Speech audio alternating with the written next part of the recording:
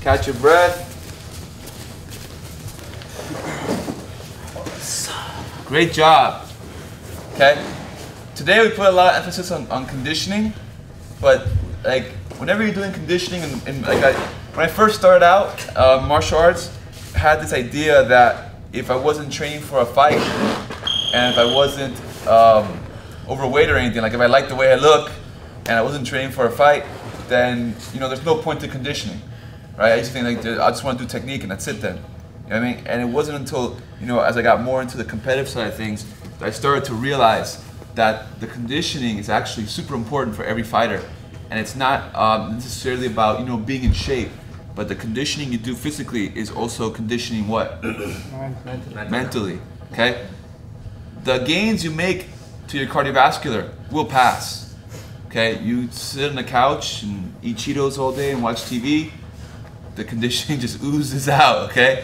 Right? And all the gains you make to your cardiovascular, to your muscle, all this stuff will go away. But the conditioning you make upstairs in your mind in these training sessions stays for life. Okay? Like, yeah, you might need a little refresher of a sparring session might help you out or not, but the key thing is that a guy who's already been through these kind of wars is always got it. Have you seen like some of these older legends? When the few times someone makes a mistake of trying to jump them, or even when they accept dojo challenges once in a while and stuff, like they do amazing and people are blown away by it, but you have to understand like they've already been through those wars. Like all the times in the gyms, all the times in the competition, all the time, like that's with them forever. I remember someone was asking me about my brother's Bulldog Fight.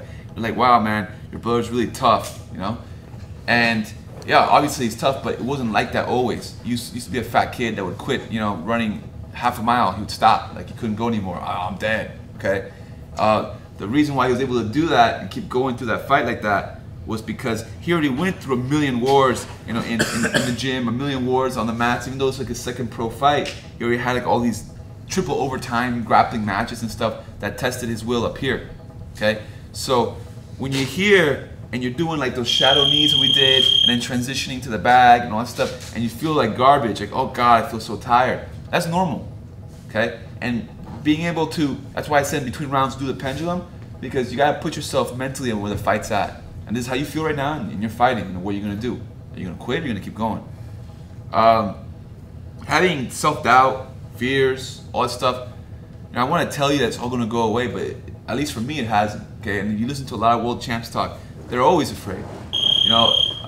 Rickson Gracie is considered like the greatest of the Gracie champions, and he said he was afraid of everything. All right, Mike Tyson doesn't get much more menacing and scary than Iron Mike. Okay, and if you ever listen to him talk about fighting, he says it all the time. In the locker room, he's terrified.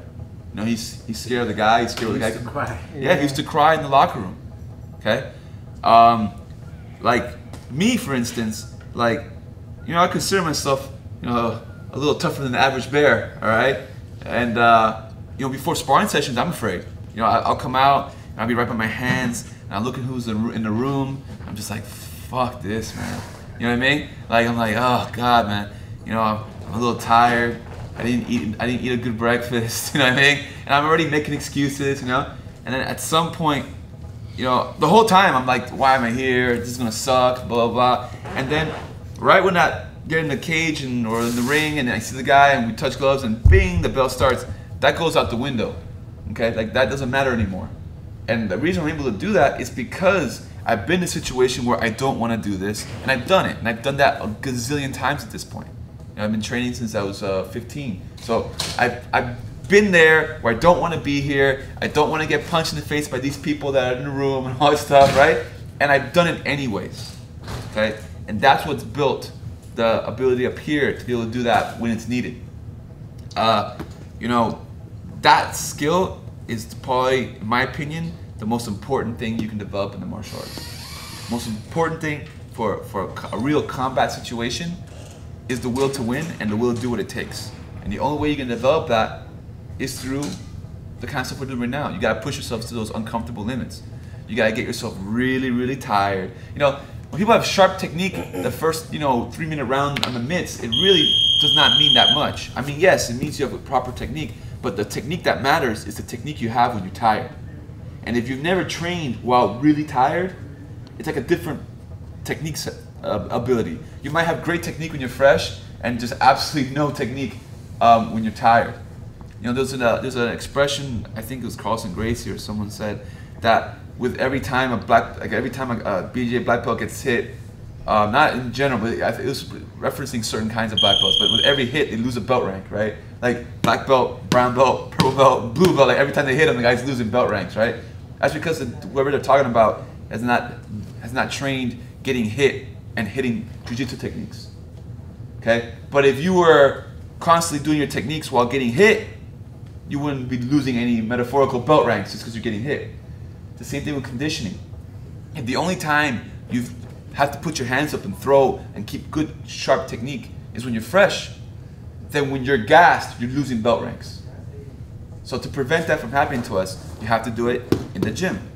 And so that will stay with you forever. And every time you make these gains in the training here, it stays with you forever. That's why the last round, like the more tired you get, the more pumped up and excited you should be. Because the more tired you get in training, it means the more gains you have an opportunity to make. Like you have to work for 30 minutes in the gym to get to that point where you feel like you're about to die. Now is when you're making gains.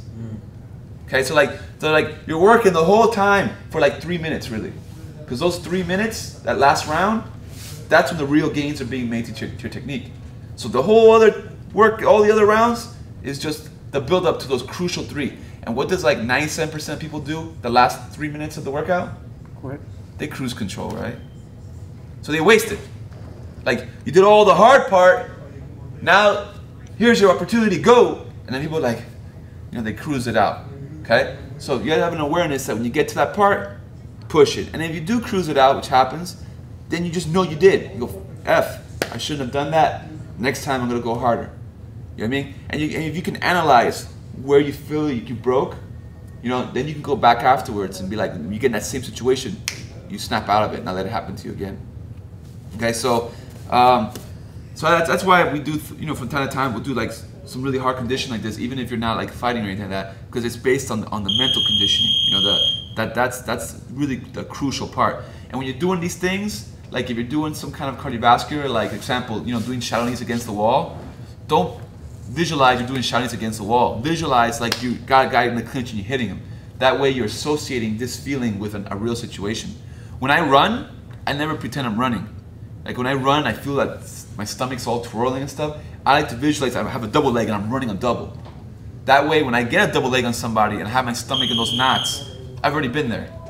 You see what I'm saying? I'm not a professional runner. I have no aspirations of being a professional runner. You know, I actually hate running. I don't understand how people do it for fun, but it's a valuable tool for the mental condition. That's why I don't use earphones when I run. I try to make it as hard as possible.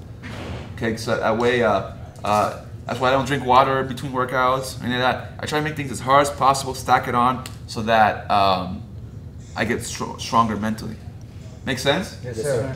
Okay, guys, we did a really good job today. We're gonna close it out with a quick 5-minute stretch. I'm gonna let Coach Che close it out. And new curriculum should be up by either tomorrow or the day after. We're not gonna test this month because it's a short month, okay? Yes, sir. On 3, guys. 1, 2, 3. Che, go ahead.